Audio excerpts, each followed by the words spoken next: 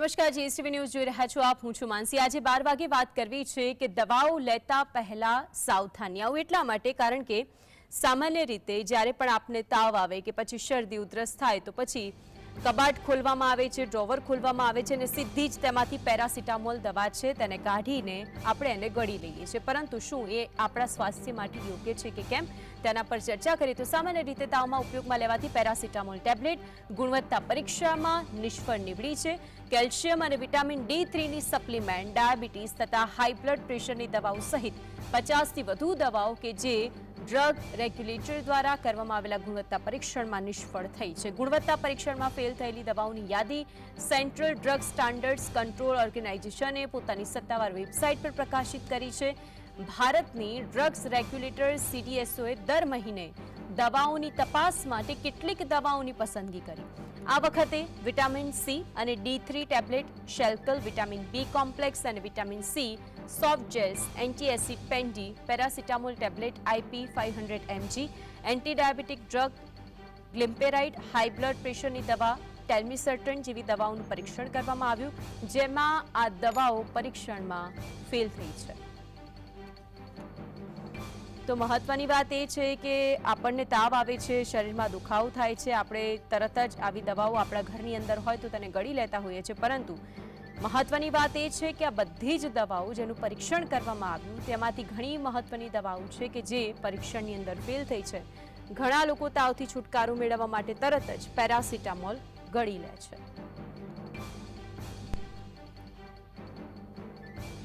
તો આજ અંગે ચર્ચા કરવા માટે આપણી સાથે જોડાઈ ગયા છે ડોક્ટર વસંત પટેલ, જેઓ સિનિયર તબીબ છે. ડોક્ટર વસંત, સ્વાગત છે આપનું જીએસટીવીની અંદર.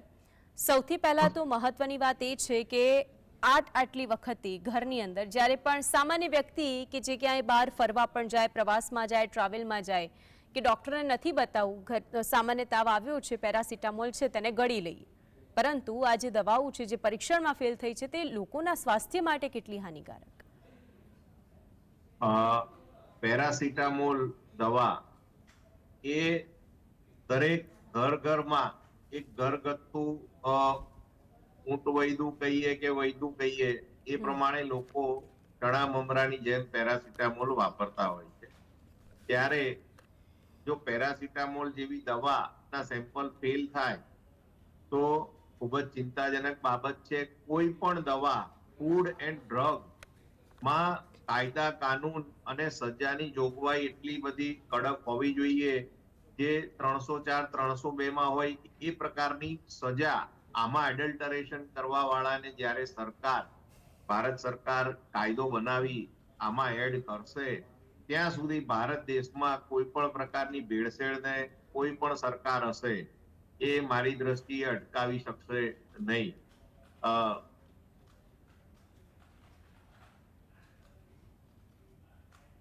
જી જી ડોક્ટર વસંત, પ્રશ્ન એ થાય છે જે રીતે આપે એ વાતનો ઉલ્લેખ કર્યો કે હવે જેટલા પણ લોકો છે તે લોકો માટે આ કેટલું ખરેખર ગંભીર બાબત કહી શકાય કે જે આ દવાઓ ફ્રીક્વન્ટલી ગળતા હોય?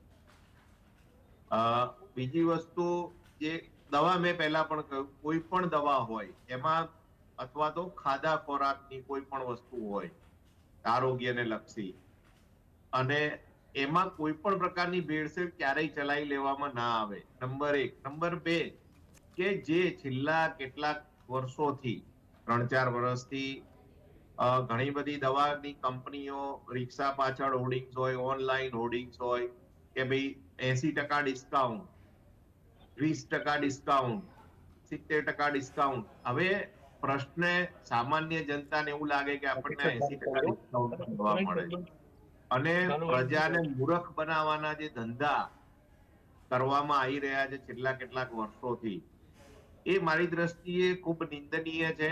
સરકારે આ 80% ડિસ્કાઉન્ટ ને 70% ડિસ્કાઉન્ટ વાળો જે પ્રશ્ન છે એનો છેદ ઉડાડી દેવો જોઈએ.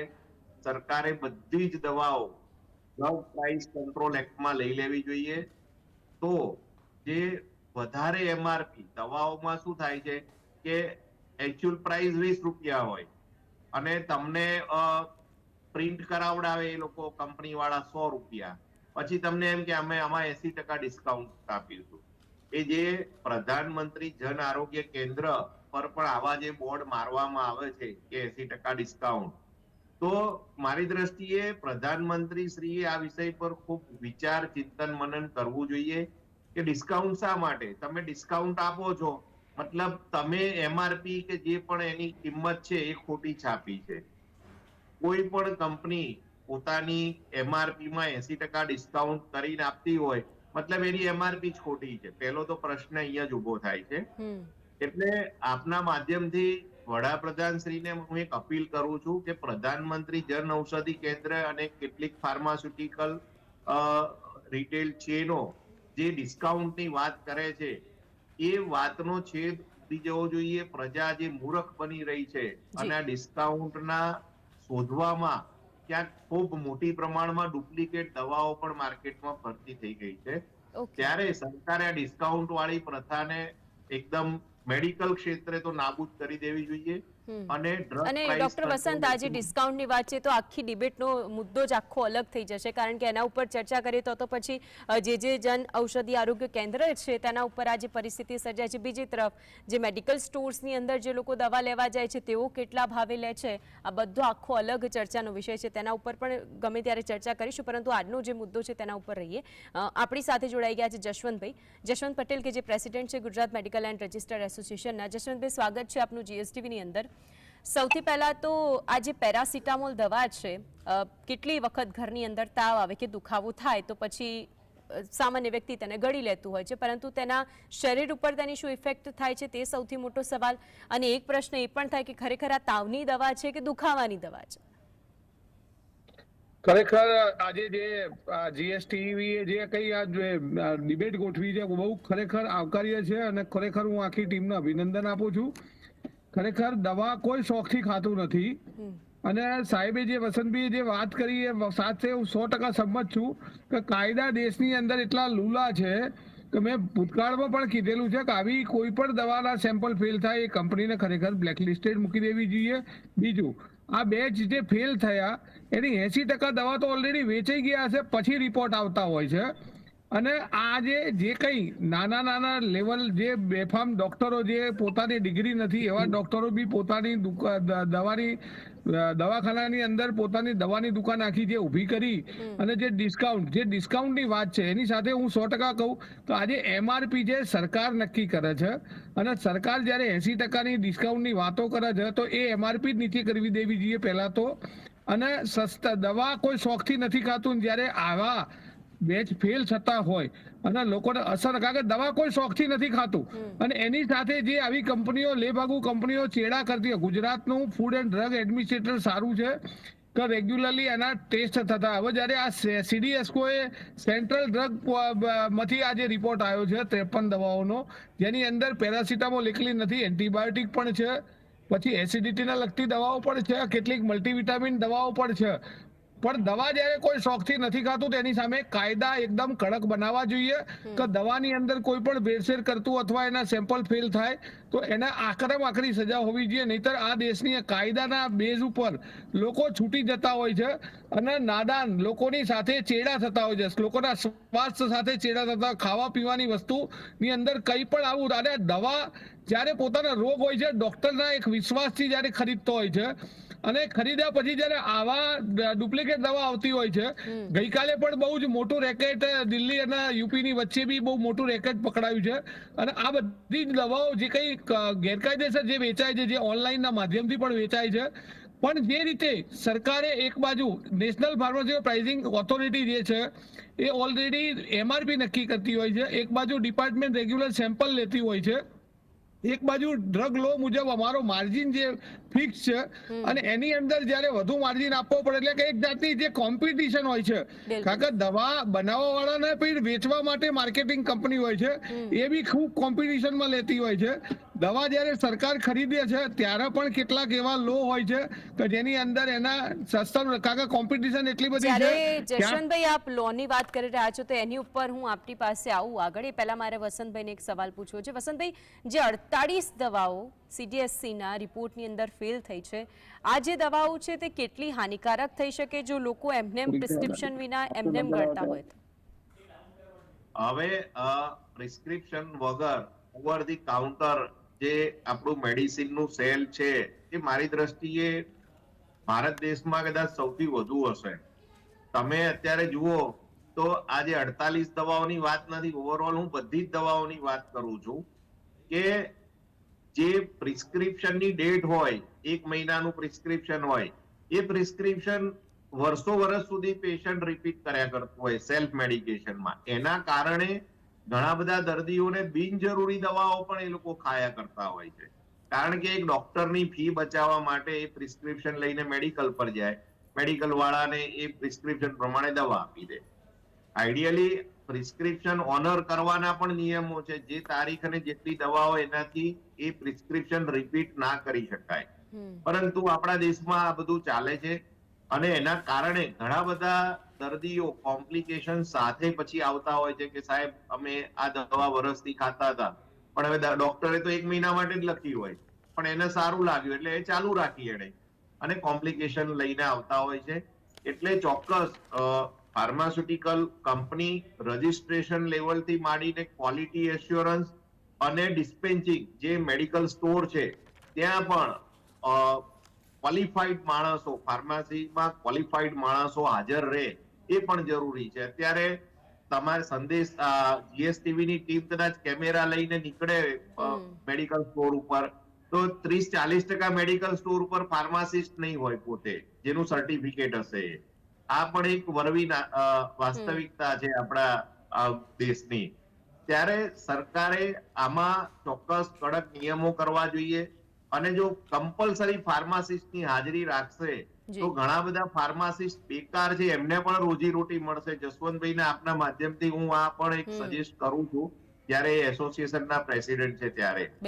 અને જે મારો મેઇન મુદ્દો આ નકલી દવાઓ અને લોકો સાથે છેતરપિંડી થવાનું કારણ જ ડિસ્કાઉન્ટ છે અને ખોટી એમઆરપી, અને એમાં લોભમાં લોકો લલચાતા હોય છે અને છેતરાતા હોય છે અને પોતાનું શરીર પણ બગાડતા હોય. ઓકે, જશવંતભાઈ, જે રીતે વસંતભાઈ કીધું કે સૌથી પહેલી વાત તો આપણે અગાઉ છૂટી ગઈ હતી, લોની વાત હતી. એવો કોઈ કાયદો છે આપના ધ્યાનની અંદર કે જેના કારણે પ્રિસ્ક્રિપ્શન વિના દવા જ ન આપી શકાય? કારણ કે સૌથી પહેલી શરૂઆત અહીંથી જ થાય છે.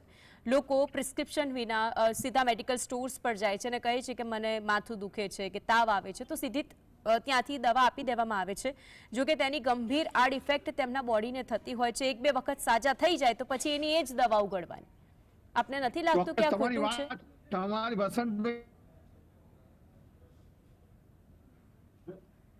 પણ જે રીતે સરકાર અત્યારે જે રીતે ઓટીસી નું આખી બ્રાન્ડ, ઓટીસી નું આખું એક પોર્ટફોલિયો બનાવી રહી છે કે જેની અંદર આ બધી દવાઓ ઓલરેડી ઓટીસીમાં વર્લ્ડ વાઇઝ જે રીતે વેચાય છે એ રીતે વેચાવા માટે સરકાર ઓલરેડી નવા ડીપીસીઓની અંદર ફેરફાર કરી રહી છે. ઓલરેડી શેડ્યુલ H નો કાયદો જ છે. આમ જોવા જાવ તો 2-3 વસ્તુ બહુ ક્લિયર છે કે ડીપીસીઓ મુજબ અમારો માર્જિન ફિક્સ છે કે કંટ્રોલ કેટેગરીની અંદર હોલસેલરનો 8% અને રિટેલરનો 16% માર્જિન, અને ડી કંટ્રોલ કેટેગરીમાં 10% અને 20% માર્જિન આ ફિક્સ કરેલો છે. છતાંય જે રીતે વસંતભાઈએ કીધું કે 80% અને 40% જે આપે છે એમાં આવી સ્પુરિયસ દવાઓ, ડુપ્લિકેટ દવાઓ મિક્સ થતી જ હોય છે. અને શેડ્યુલ H ના કાયદા મુજબ ડોક્ટરના પ્રિસ્ક્રિપ્શન વગર દવા ના વેચાય. આવું ક્યારેક કોઈક જગ્યાએ થતું હોય છે, એવું નથી કે દરેક જગ્યાએ થાય. પણ કોરોના કાળ પછી ઘણું બધું સ્ટ્રિક્ટ થઈ ગયું છે. રહ્યું ફાર્માસિસ્ટની વાત, તો 90ના દાયકા પહેલા ફાર્માસિસ્ટ કોલેજો ગુજરાતની અંદર ઓછી હતી. હવે ગુજરાતની અંદર ફાર્મસી કોલેજો 89 થી વધુ કોલેજો બની છે. હમણાં ઘણી બધી કોલેજોને પણ પરમિશન આપી છે. ગઈકાલે વર્લ્ડ ફાર્માસિસ્ટ ડે હતો. અમે પણ ઈચ્છીએ છીએ કે જે એસોસિએશન સાથે સંકળાયેલા છીએ અને જે દવાના વ્યવસાય સાથે જોડાયેલા ફાર્માસિસ્ટનું લેવલ બહુ ઊંચા પ્રમાણમાં વધે, ફાર્માસિસ્ટનું લેવલ વધે, એ દિશામાં ફાર્માસિસ્ટ કમ્પલસરી હોવો જોઈએ. જ્યારે આ લાયસન્સ લે છે એની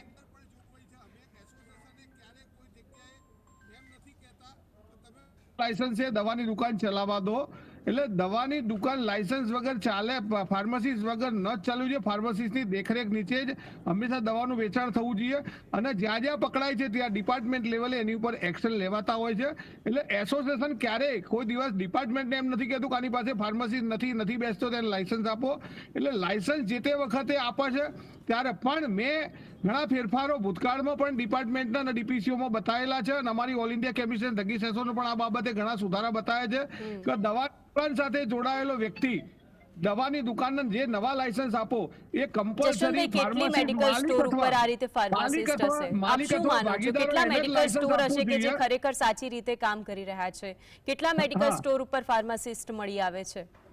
હા, ના અત્યારે તો લગભગ 90% ફાર્મસિસ્ટ હાજર હોય છે, પણ નવા જે સુધારા આપ્યા છે એમાં મેં સરકારને બી કીધેલું છે અને ડિપાર્ટમેન્ટના કમિશનરને પણ કીધેલું છે કે નવા લાયસન્સ એને જ આપો કે જેમાં માલિક અથવા ભાગીદાર ફાર્મસિસ્ટ હોય. ફાર્મસિસ્ટની વેલ્યુ ઓલરેડી વધારવી હોય. આટલી બધી ફાર્મસી કોલેજોને પરમિશન આપી છે, આટલા બધા ફાર્મસિસ્ટો નીકળે છે, તો દવાના વ્યવસાય સાથે જે જોડાયેલો ફાર્મસિસ્ટ હોય એનો ઓલરેડી હાજર બી રહે અને એની દેખરેખ નીચે દવાનું વેચાણ થાય. એટલે આવી ઓલરેડી સરકારને તો અમે આવું ચોખ્ખું કહીએ છીએ કે ભાઈ ફાર્મસિસ્ટ ના હોય માલિક અથવા ભાગીદાર એને લાયસન્સ ના આપવા જોઈએ, અને જ્યારે એનું રિન્યુઅલ આવે ત્યારે પણ એના ભાગીદારી દસ્તાવેજમાં ફાર્મસિસ્ટ ના હોય તેનું રિન્યુ ના કરવું જોઈએ, જેથી કરી અને આ દવા ખરેખર દવાનો વ્યવસાય છે ફાર્મસિસ્ટના અંડરમાં જ રહે અને સારી રીતે લોકોના સ્વાસ્થ્ય સાથે ચેડા ના થાય. સાહેબ બિલકુલ. વસંતભાઈ, એક પ્રશ્ન એ થાય છે કે આ જે દવાઓના નામ આપવામાં આવ્યા 48 થી વધારે આપે કહ્યું તે પ્રમાણે દવા છે, તેમાં પણ ખાસ કરીને પેરાસિટામોલ કે જે અમુક વખતે ડોક્ટર રિકમેન્ડ કરતા હોય છે તે દુખાવાના કારણે કરી શકતા હોય.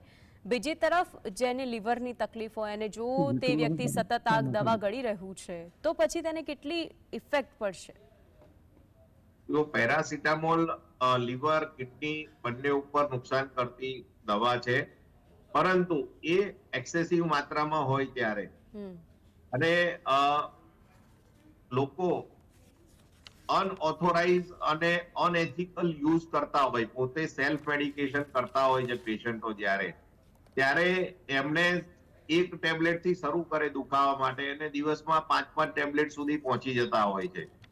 એટલે આ જે એડિક્શન થઈ જતું હોય, પછી પેઇન માટે એને પેરાસિટામોલ લઈ લે, ડોલો 650 લે કે XYZ દવા લઈ લે, જે રૂટીન નામ ખબર હોય, યાદ હોય એ દવા લોકો ગળતા હોય છે. અને હું આપના માધ્યમથી સામાન્ય જનતાને પણ એક અપીલ કરું છું કે તમને જ્યાં સુધી તકલીફ સામાન્ય હોય તો ઠીક છે, તમે કોઈ તમારી પાસે દવા પડી હોય આવી પેઇન કિલર અને લીધી, પરંતુ તમે બીજા ત્રીજા દિવસે ઇમિડિયેટલી ડોક્ટરને કન્સલ્ટ કરો, જે બી તમારા સારા ફેમિલી ફિઝિશિયન જે પેથીના હોય ને એક્સપર્ટ હોય એમાં, કે ભાઈ એલોપેથીની દવા લેવી છે તો એલોપેથીના ડોક્ટર પાસે જાઓ, એક્સપર્ટ જે પણ હોય તમારા વિસ્તારમાં ફેમિલી ફિઝિશિયન. હોમિયોપેથી લેવી હોય તો તમે હોમિયોપેથી પાસે જાઓ, જેથી કરીને એનું નોલેજ પૂરું જે તે પેથી વાળા ડોક્ટર્સ પાસે હોય તો તમને પ્રોપર ગાઈડ કરી શકે ને તમારી સારવાર કરે. સેલ્ફ મેડિકેશન ઓલવેઝ નુકસાનકારક હોય જ છે, એટલે એનાથી મારી દ્રષ્ટિએ દૂર રહેવું જોઈએ. જ્યારે સિવિયરિટી રોગની વધતી હોય ત્યારે તાત્કાલિક હોસ્પિટલ કે ડોક્ટરનો કન્સલ્ટ કરવો ખૂબ જરૂરી છે સામાન્ય જનતાએ. એક જે પેટના ઇન્ફેક્શન માટેની જે દવા સામે આવી હતી એ છે મેટ્રોનિડાઝોલ. એ પણ પરીક્ષણની અંદર ફેલ થઈ છે, કારણ કે ઘરની અંદર મોટાભાગના ઘરોની અંદર આ દુખાવા માટેની આ દવા રહેતી હોય છે, એ પણ પરીક્ષણમાં ફેલ ગઈ. હવે એ ડોક્ટર વસંત, આપ કહી શકો કે કેટલી દવાઓ એવી છે કે જે ખરેખર સુરક્ષિત છે?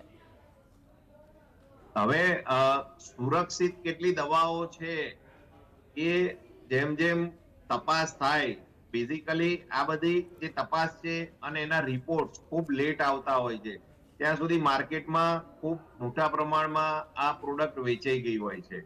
એટલે સરકારે અને જે ડ્રગનું જે ક્વોલિટી એશ્યોરન્સ ડિપાર્ટમેન્ટ છે, સેન્ટ્રલ ગવર્મેન્ટ અને સ્ટેટ ગવર્મેન્ટ, એ બંને દરેક બેચ ટુ બેચ પોતાની લેબમાં આનું ટેસ્ટિંગ કરવું જોઈએ. જે ફાર્મા ઇન્ડસ્ટ્રીઝમાં શું હોય છે કે પોતાની ક્વોલિટીની લેબ હોય, એ લેબ ટેસ્ટ કરીને રિપોર્ટ આપી દે કે ભાઈ આ વસ્તુ બરાબર છે, ઓકે છે. એટલે કોઈ એવા પ્રકારની વ્યવસ્થા ઊભી કરવી જોઈએ કે ઓથેન્ટિક હોય અને પ્રોપર એનું ક્વોલિટી ચેક થતું હોય અને એના સર્ટિફિકેટ બહાર જ એ પ્રોડક્ટ માર્કેટમાં આવે. પણ અત્યારે જોઈએ છીએ કે ભ્રષ્ટાચાર એટલો બધો છે, આવી સિસ્ટમ ઊભી કરવા છતાં પણ આ પ્રકારના કિસ્સા આવનારા સમયમાં જોવા મળવાના છે. જ્યાં સુધી ભારત સરકાર અને ગુજરાત સરકાર, દરેક રાજ્ય સરકારો પોતાના રાજ્ય અને દેશમાં ખૂબ કડક કાયદા આ પ્રકારના ફૂડ એન્ડ ડ્રગ અડલ્ટરેશન માટેના ફાંસીની સજાની જોગવાઈના કાયદા નહીં આવે, ત્યાં સુધી આપણે આવી ડિબેટો કરતા જ રહીશું. લોકો આડઅસરનો ભોગ બનતા રહેશે અને લોકો મરતા પણ રહેશે. જશવંતભાઈ, વસંતભાઈએ સ્પષ્ટ શબ્દોમાં કહ્યું છે કે આ જે દવાઓ છે તે ખરેખર હાનિકારક છે અને આ તો 48થી વધારે દવાઓનો પણ ઉલ્લેખ કરવામાં આવ્યો છે. એક તરફ પ્રશ્ન એ થાય છે કે પ્રિસ્ક્રિપ્શન વિના મેડિકલ સ્ટોર્સ પર જઈને ખાલી કહેવા પૂરતી અપાતી દવાઓ, કઈ કઈ દવાઓ એવી છે આપના મતે કે જેનું સૌથી વધારે વેચાણ થાય છે, જે નામો સામે આવ્યા છે, શું તે જ દવાઓ છે? કે જે પેરાસિટામોલ છે, જનરલ દવા છે, પેઇન કિલરમાં વપરાય છે, તાવમાં પણ વપરાય છે, થાક લાગ્યો હોય એ રીતે બી એનો મિસ, પણ અત્યારે એ શેડ્યુલ એચમાં નથી આવતી. શેડ્યુલ એચમાં જે દવાઓ આવે છે મેક્સિમમ મોટાભાગની એન્ટીબાયોટિક છે. પછી આ જે ધારો કે અત્યારે જે ટ્રામાડોલ ને બધી જે પેઇન કિલરો હતી એ ઘણી બધી દવાઓ અત્યારે નાર્કોટિકમાં આવી ગઈ છે. એટલે એની અંદર તો ઓલરેડી પ્રિસ્ક્રિપ્શનથી માંડી પેશન્ટનું નામ, સરનામું, આધાર કાર્ડ બધું લીધા પછી એને ઓલરેડી રજિસ્ટર મેન્ટેન કરવું પડતું હોય છે ને ડિપાર્ટમેન્ટ રેગ્યુલરી.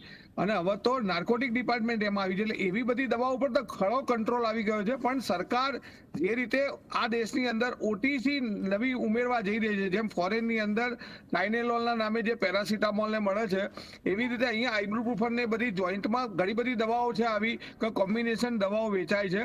આ બધી દવાઓનું બહુ મોટું લિસ્ટ ઓલરેડી ઓટીસીમાં બનાવવા જઈ રહી છે, પાનના ગલ્લે ને કરિયાણા દુકાને પણ વેચાતી થશે. તો અમે તો એવું ઈચ્છીએ કે ભાઈ દવા નામથી જ ફાર્માસિસ્ટના અંડરમાં વેચાવી જોઈએ અને ફાર્માસિસ્ટ પોતે જ એની અંદર એની કેર, આયુર્વેદિક હોય કે વચ્ચે જો આયુર્વેદિકમાં બી તમે જોયું તો નશાકારક આડેધડ વેચાતી હતી. તો અમે બી એમ કહીએ કે આયુર્વેદિક બી એનો મિસયુઝ ના થાય એટલા માટે. કારણ કે આજે જે રીતે આ બધી દવાઓ આજે ધારો કે છાપવામાં આવ્યું છે કે પેલી પ્રેગ્નન્સી ટેસ્ટ કરવા માટે બાબો બેબી માટે આપણે એક બાજુ બેટી બચાવો બેટી પઢાઓ ચાલે દેશમાં, અને આજે ઓનલાઈનમાં બિંદાસ આવી લોકો કીટો મંગાવી અને ટેસ્ટ કરતા હોય છે. તો આ બધી જ વસ્તુઓ પર કંટ્રોલ થાય. દવા કોઈ શોખથી નથી ખાતું. એટલે સાહેબના વાત સાથે હું 100% સંમત છું કે કાયદા જ્યાં સુધી કડક નહીં થાય. દેશની અંદર કેવું છે કે વેપારીને ચોર ગણવામાં આવે છે, અધિકારીઓ બધી વસ્તુમાં પકડાય છે ખરા, પણ એમને પાછા નોકરી ઉપર રાખી લેવામાં આવે છે. એટલે કાયદા એમના માટે નથી, વેપારીને બધા ચોર સમજે છે. પણ અધિકારીઓ આજે શું કરે, કારણ કે જે કાયદાનું પાલન કરાવવાનું છે અધિકારીઓના અંડરમાં છે, અને અધિકારીઓ જ્યારે ભ્રષ્ટ થઈ જાય ત્યારે આ દેશની અંદર ગમે તેવું મોદી સાહેબ, અમિતભાઈ કે સરકાર કરે પણ કોઈ જગ્યાએ કોઈ ફેર પડવાનો નથી. આપણે આવી રીતે ડિબેટો કરતા રહીશું અને આવી રીતે આપણે એકબીજાને કોસતા રહીશું. પણ હંમેશા જે રીતે વેપારીને કાયદાકીય નોલેજ છે, એને દવાની દુકાન ખોલી છે તો એને એટલી તો ખબર હોવી જોઈએ કે મારે કયા સ્ટોકિસ્ટ પાસેથી ખરીદવું જોઈએ, મારો માર્જિન આટલો છે તો મારે આ માર્જિનની અંદર ધંધો કરવાનો છે, જેની અંદર માણસોના ખર્ચાથી માંડી મોંઘવારીમાં જે રીતે ચાલે છે, દુકાનના ખર્ચા, વ્યાજના દરા બધું કાઢીને મારો કેટલો નફો છે એ બી એને જોવું જોઈએ. આડેધડ લોકો જેમ ડિસ્કાઉન્ટો આપે, એ ખોટું કરતા હોય ડિસ્કાઉન્ટ આપે અને સાચું કરવા વાળાને પોતાની ટકાઈ રાખવા માટે જે ચાલે છે એની સામે જે આ સ્પુરિયસ દવાઓ વધે છે એની પાછળના, કાકા ફેક્ટરીઓ કેમ વધી આટલી બધી? આજે બડીની અંદર સરકારે જ્યારે ફ્રી ઝોન ડિક્લેર કર્યો, એક્સાઇઝ ફ્રી ઝોન, જે તે વખતે ત્યારે જે બધી હવે એ ફેક્ટરીઓ નવરી પડી છે ત્યારે આવી બધી કેટલીક દવાઓ બનાવી અને જ્યારે ટેન્ડરો ભરતી હોય કંપનીઓ અથવા એક્સપોર્ટ થતી હોય એની અંદર પણ આ બધી દવાઓ વેચાય છે. અને લોકો પોતાના પાપી પેટ માટે ક્યાંક ને ક્યાંક આવા ધંધામાં જોડાતા હોય છે. તો દવા જ્યારે કોઈ શોખથી ન ખાતું હોય તો એવા સામે ચેડા કરતા લોકોની સામે કડકમાં કડક કાયદા જ એવા બનવા જોઈએ કે જેની અંદર આ કાયદામાંથી કોઈ છટકી ના શકે. કારણ કે અત્યારે શું પકડાય છે ખરા, ઘણા સ્પુરિયસ દવાઓ પકડાય, પણ કેસ કેટલા ઉપર થયો, સજા કેટલા થઈ મને કાઢી બતાવો. આરટીઆઈ કરીને તમે પૂછી લો સેન્ટ્રલ ગવર્મેન્ટને કે કેટલા સજા થઈ. કોઈ સજા હજુ સુધી મેં નથી સાંભળ્યું કે કોઈના આમાં સજા પડી હોય. બિલકુલ. વસંતભાઈ, જે રીતે અમને જશવંતભાઈ એ વાતનો ઉલ્લેખ કર્યો કે બધું જ છે, એક તરફ વેપારીઓ પર જ્યારે વાત આવતી હોય પરંતુ અધિકારીઓનું શું થાય છે એ પણ આપણી સામે છે. પણ એક ડોક્ટર તરીકે તમારા મતે આ જે બધી જ દવાઓ વગર કોઈ પણ પ્રિસ્ક્રિપ્શન વિના જે લોકો ગળી લેતા હોય છે તેમને થતી તકલીફો, એક ડોક્ટર તરીકે આપનું શું કહેવું છે? પહેલા પણ કહ્યું કે તમારી diabetes, blood pressure, kidney, pneumonia કે કોઈ ઇન્ફેક્શન માટેની ટ્રીટમેન્ટ ચાલતી હોય કોઈ પણ ડોક્ટરની, તો એના પ્રિસ્ક્રિપ્શન જે તારીખ સુધીનું હોય એ તારીખ સુધીની દવા ખરીદવી જોઈએ. રિપીટ ના કરવા જોઈએ એકના એક પ્રિસ્ક્રિપ્શન. એના કારણે ઘણું મોટું નુકસાન બોડીને થતું હોય છે. જરૂર વગર તમે દવા નાખો એનું આર્થિક નુકસાન પણ થતું હોય છે. માટે પ્રજાએ પોતે જાતે જાગૃત થવાની જરૂર છે. બીજું, કમિશનની લાઈમાં અત્યારે ઘણી બધી ડુપ્લિકેટ દવાઓ વેચાતી હોય છે, એ પણ પકડાયેલું છે. ભૂતકાળમાં અને આવનારા સમયમાં આ ચાલુ જ રહેવાનું છે. ત્યારે ચોક્કસ કોઈ સ્ટાન્ડર્ડ કંપની હોય, એની કોઈ વેલ્યુઝ હોય, એ પ્રકારની ડ્રગ ની કંપની સિલેક્ટ કરીને લેવી જોઈએ.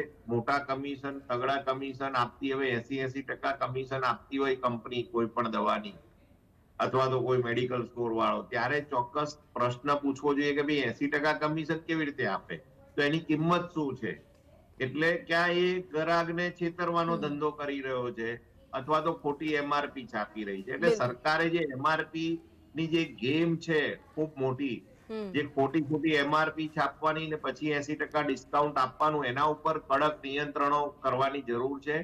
તો મારી દ્રષ્ટિએ જો આ જે 80% વાળો જે મોટો ગેપ છે એ જો સરકાર દૂર કરી શકવામાં સફળ રહેશે તો આ ડુપ્લિકેટ દવા બનાવવા વાળા અને બિલો સ્ટાન્ડર્ડ દવા બનાવવા વાળા જે માર્કેટમાં ઇન્ડસ્ટ્રીઝ ખૂબ મોટા પ્રમાણમાં જે ફેલાઈ ગઈ છે ગુજરાત અને અન્ય રાજ્યોમાં, એમાંથી 60-70% અને આશા રાખીએ વસંતભાઈ કે જે રીતે આપે જે વાતનો ઉલ્લેખ કર્યો કે એમઆરપી જે રાખવામાં આવતી હોય છે તે પછી જે ડિસ્કાઉન્ટ આપવામાં આવતું હોય છે તેનો કોઈ નિવેડો આવે, તેના ઉપર લો બનાવવામાં આવે. અને બીજી તરફ જે લોકો કે જે ડોક્ટરના પ્રિસ્ક્રિપ્શન વિના દવાઓ લઈ લેતા હોય છે, આ પૈસા બચાવવા માટે ડોક્ટર પાસે નથી જતા, પરંતુ એ જ પૈસાથી તમે જે દવાઓ લઈ રહ્યા છો તે તમારા શરીરને નુકસાન કરતા છે. તેમ છતાં પણ 4 દિવસ પછી તો ફરી એક વખત તમને ડોક્ટર પાસે જવું જ પડે છે. તો બધી જ દવાઓ લેતા પહેલા સાવધાન રહેજો અને સીધા જ કંઈ પણ તકલીફ થાય તો એક વખત આપના ફેમિલી ડોક્ટરનો સંપર્ક કરવો એટલો જ જરૂરી બની જાય છે. જશવંતભાઈ અને વસંતભાઈ, આ બંને અમારી સાથે જોડાયા તે બદલ આપ બંનેનો આભાર. તો આ સાથે વિશેષમાં હાલ બસ આટલું જ. આપ જોતા રહો GSTV. નમસ્કાર.